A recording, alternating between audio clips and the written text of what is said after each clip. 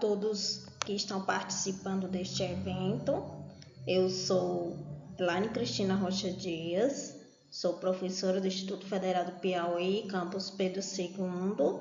Tenho uma formação em Pedagogia e Geografia. Sou doutora em Educação, Conhecimento e Inclusão Social, mestre em Educação, especialista em Libras e especialista em Educação Especial Inclusiva. E hoje nós estamos dialogando sobre a temática aplicabilidade em Libras no curso de Biologia. Primeiro eu gostaria de conversar com vocês sobre o conceito de Libras. Então, o que seria Libras? Libras, é a língua brasileira de sinais, é a língua natural da comunidade surda e que ela foi oficializada através da Lei 10.436 e teve também a sua regulamentação. Então, a Libras, ela é uma língua que ela não é universal, então o sinal que é feito aqui no Brasil, ele pode ser diferente em outro país, Cada país ele tem uma sigla diferente, Ela tem uma língua de sinais diferenciada. E no nosso país também temos essa variação linguística, Assim como nas línguas orais, a língua de sinais também tem essa variação.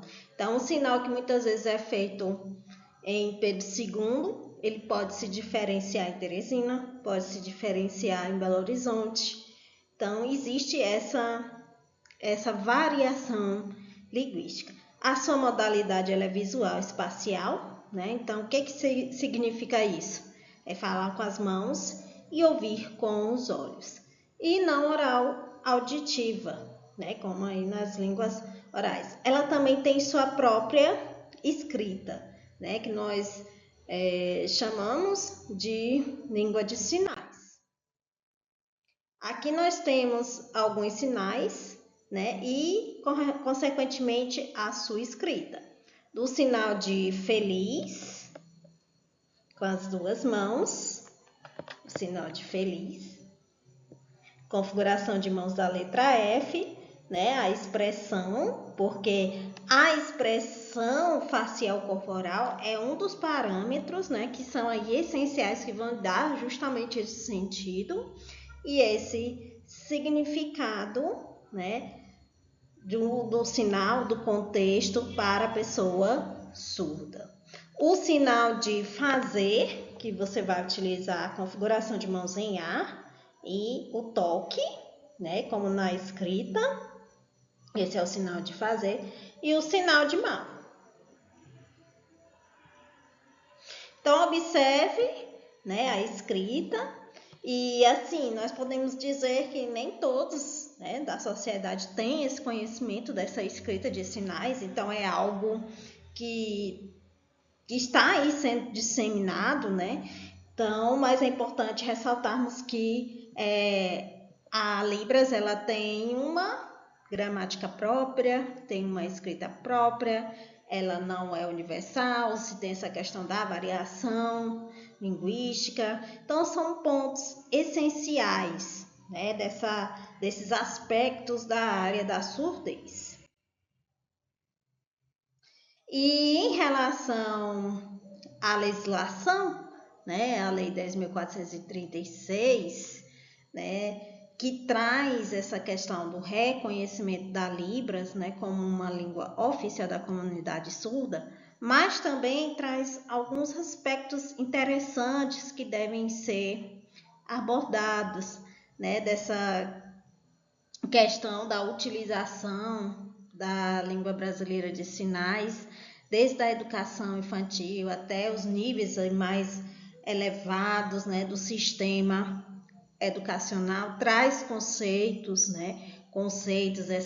essa questão de quem é a pessoa surda, quem é o deficiente auditivo, O deficiente auditivo, ele tem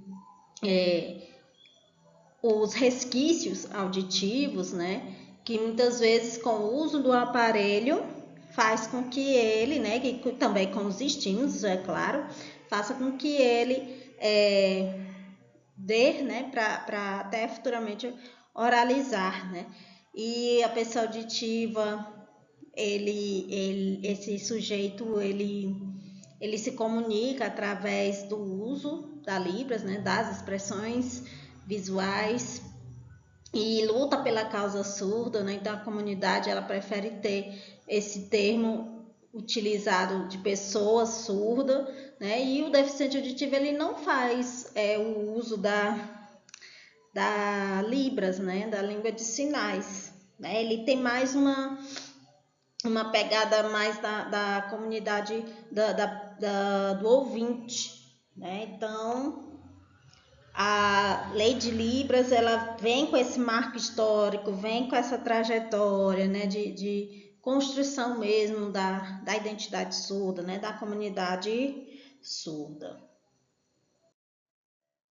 E aí nós temos o decreto, né, que fez com que houvesse essa regulamentação, né, da lei de Libras, né, esse decreto é o número 5.626, né, que traz também, que reforça também quem é esse deficiente auditivo, né, que esse termo ele foi substituído, né, por surdo, né, que o surdo é aquele que tem essa perda auditiva, que compreende o mundo, que interage no mundo através dessas experiências visuais, manifestando sua cultura através da Libras. E é interessante ressaltarmos, né, que essas normativas elas trazem o direito à educação bilíngue. Então, o que seria, né, essa educação bilíngue? É o uso das duas línguas, né, mas sendo a primeira língua a língua de sinais, né, que aqui no Brasil nós chamamos de Libras, né, através das normativas que regulamentam, né, e tem esse reconhecimento em nosso país. E a segunda, que é majoritária da sociedade, que no nosso caso é o português, mas é uma modalidade escrita. Então, o bilinguismo, né, que é uma das abordagens, né, ao longo aí da história e que a comunidade surda ela vem reforçando, né, e lutando para que haja essa educação bilíngue para a comunidade surda no nosso país. E aqui nós temos as filosofias educacionais, né, que ao longo da história foram três abordagens. A primeira, que é o do oralismo. Então, nós temos ao longo da história, né, Pedro Ponce de León, que ele foi considerado assim, um dos educadores, né, mas não educadores de surdos da nobreza, né, e ele utilizava os sinais, mas a sua metodologia muito voltada para a questão da memorização, da repetição, né? E quando esse surdo ele começava a oralizar, né? Ele abandonava esses sinais e continuava trabalhando apenas a questão da repetição, né? Da memorização. E por que fazer com que esse surdo oralizasse? Porque na antiguidade, a pessoa surda, né, o sujeito, ele só era considerado humano se ele conseguisse falar, né? E sem falar também que esses sujeitos com essa deficiência, para eles alcançar, por exemplo, questões de herança familiar, questões de votar ou qualquer outro tipo de ação, situação dentro da sociedade, ele tinha que oralizar. Então, esse período, essa abordagem, ele iniciou nesse processo, né? E nós temos também o Congresso de Milão, em 1880, né, que teve uma votação, né, em que a maioria, quem votou foram pessoas ouvintes, que faltaram justamente no método oral puro, né? Essa questão mesmo da fala como um elemento crucial, né? Como um método crucial para essas pessoas surdas dentro da nossa sociedade. E o Brasil, nosso país, seguindo esse contexto mundial, também segue nessa perspectiva. Então, tinha até relatos, né, ao longo da história, de que os surdos tinham as mãos amarradas, né, justamente para poder não sinalizar. E ao longo da história também, nós temos Michel Delpech, né, que ele foi um educador mais sensível, né, a essa causa, né, mais humanístico. Nesse sentido, ele cria sinais, né, que em alguns livros trazem como sinais metódicos, né. Então, ele defendia muito essa questão de que o surdo ele aprendia por meio da sua língua, né, pelos sinais. Então, ele percebia, né, tinha essa visão mais holística nesse sentido. Né? E ao longo da história nós temos a comunicação total, né, que nós consideramos aí ao longo da história como uma segunda filosofia educacional ou segunda abordagem educacional que significa o uso de todo e qualquer recurso para que houvesse a comunicação. Então, se tinha uma mistura de ferramentas, de instrumentos mediadores nesse processo de ensino, desenvolvimento e aprendizagem. Então, se tínhamos o uso da língua de sinais, se tínhamos o uso da escrita, se tínhamos o uso de recursos visuais, e era uma confusão, né? Então, por não deixar claro muitas vezes um método e nem fazer com que esse surdo aprendesse realmente de forma significativa, preservando as suas especificidades, né, essa questão da constituição da sua subjetividade, essa abordagem ela não foi assim considerada de forma positiva para a comunidade surda.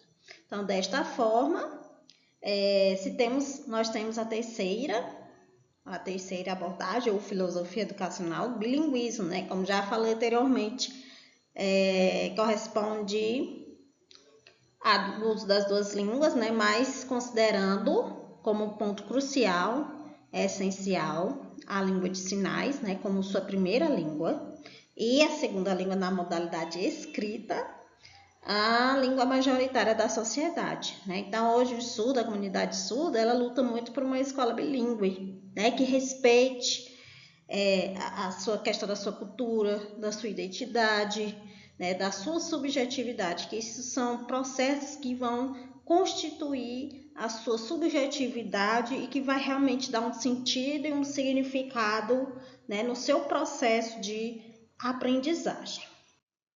E aqui nós temos o alfabeto manual, né? Então, assim, trouxe para vocês esse momento prático, né? De alguns sinais, um vocabulário mais básico, né? Que deixa um gostinho a mais para vocês e que vocês, quem sabe, futuramente vão estar aí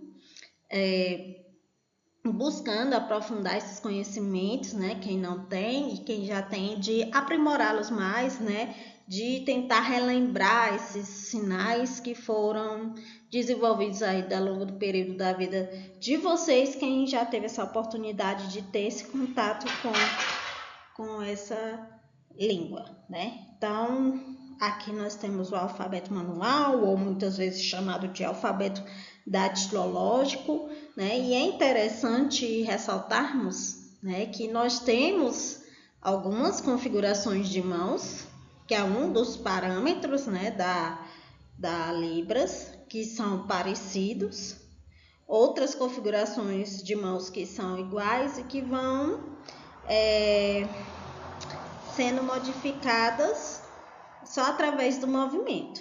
Então, nós temos aqui a configuração de mão da letra A, da letra B, C. O C cedilha tem esse movimento, letra D, E, F, ó. O F tem uma diferenciação para a letra T. O F, ele tem esse dedão ao lado aqui de fora, ó.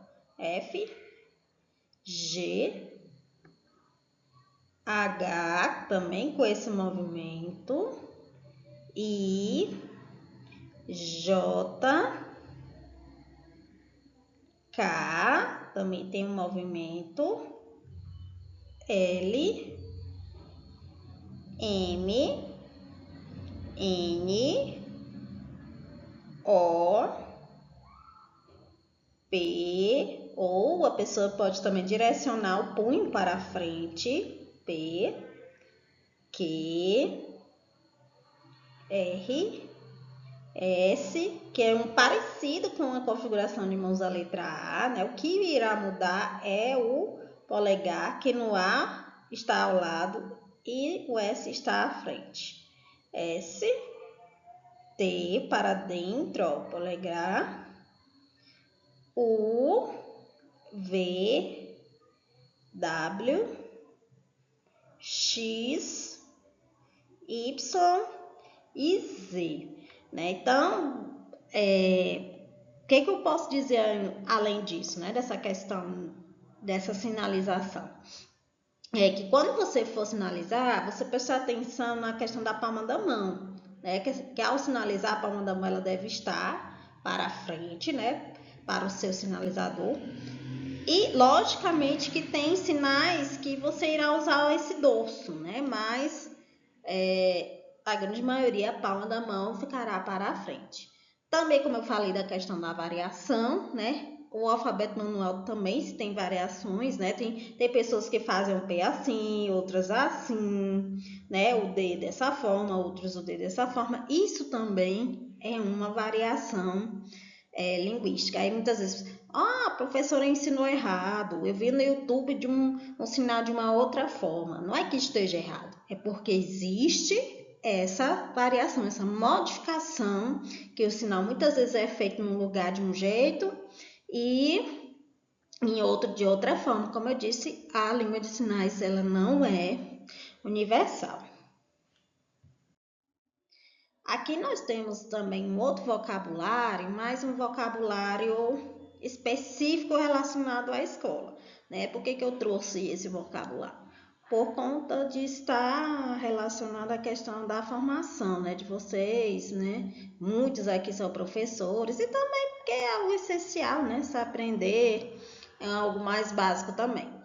E outra coisa, lembrando que o alfabeto manual você irá utilizá-lo quando não se tem um sinal, né? Um sinal, e aí sim você acaba utilizando ele ou nomes, né, próprios dessa forma, tá? Nesse vocabulário que nós vamos apresentar agora, o sinal de escola ele é um sinal composto, né? Então ele é feito com o sinal de casa e o sinal de aula ou estudar. Então, juntando os dois, ele forma escola.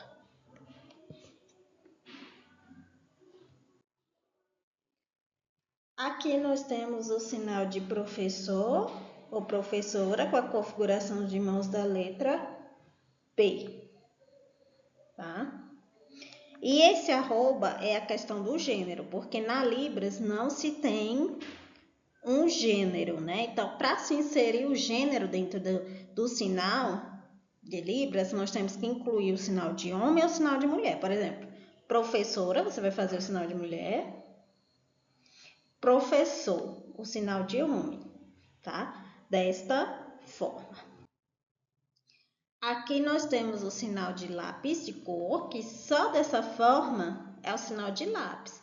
Quando você inclui o sinal de cor, se transforma em lápis de cor, tá?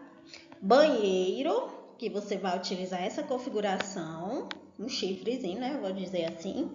E aqui no antebraço, você irá colocar desta forma. Banheiro, tá? Aí, se for banheiro masculino, banheiro feminino. Banheiro feminino, banheiro masculino, ok? Aqui nós temos o sinal de mesa e o sinal de aula ou estudar, porque nós temos aula ou estudar, que é a mesma configuração de mãos, né? Primeiro o sinal de mesa. Você lembra o formato da mesa. Eu vou fazer aqui mais alto para vocês conseguirem visualizar melhor. E aula ou estudar. O sinal de caneta, né, que é a configuração de mãos em Y. E esse movimento aqui com o polegar, caneta. O sinal de lápis que eu já havia ensinado. Eu costumo dizer para os meus alunos que é dinheiro no cantinho da boca, né? Sinal de lápis. O sinal de mochila, né? Que o sinal de mochila, ele parece muito com o sinal de bolsa. O que é que vai diferenciar? Que o sinal de bolsa é apenas com o polegar. E o sinal de mochila, você vai usar os dois. Mochila, tá? Mochila. O sinal de apontador, você vai utilizar a configuração de mãos do número 5 e com o indicador, que é o 1, né, o 1 de quantidade. Você faz esse movimento e você faz o sinal de apontador. Tesoura, que é um sinal icônico, né? O que significa esse sinal icônico? Né? Que quando você observa a sinalização dele, ele vai dar referência a algo ali semelhante à imagem dele, né? Vai dar o mesmo sentido. E o arbitrário é o contrário, que ele não tem nenhuma semelhança ali com o real, com a imagem, né? Então, o sinal de tesoura.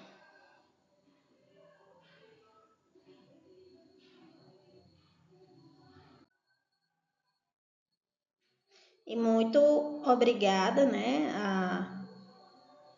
a fazer parte, né, desse